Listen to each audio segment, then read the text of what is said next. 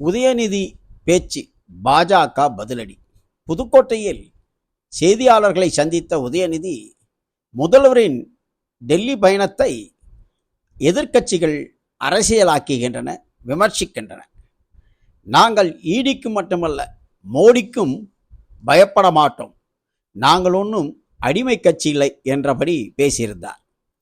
அவருடைய எதுகுமுனை பேச்சுக்கு பதிலடியாக பாஜகவின் தலைவர் நயினார் நாகேந்திரன், தவறு ஏதுமில்லை என்றால் வழியில் பயம் ஏதுமில்லை, ஆனால் எதற்காக அவரின் கூட்டாளிகள் ரத்தீஸும் ஆகாஷ் பாஸ்கரனும் இன்று வரை தலைமறைவாக உள்ளனர் என்பதை பற்றி விளக்குவாரா என்று பதிலடி கொடுத்துள்ளார். மேலும் மார்ச் 2011 கோபாலபுரத்தின் மாடியில் சிபிஐ சோதனை, கீழே காங்கிரசுடன் கூட்டணி பேச்சுவார்த்தை, இதை எந்த வகையில் எடுத்துக்கொள்வது என்றும் மேலும் ஒரு கேள்வியை கேட்டுள்ளார்.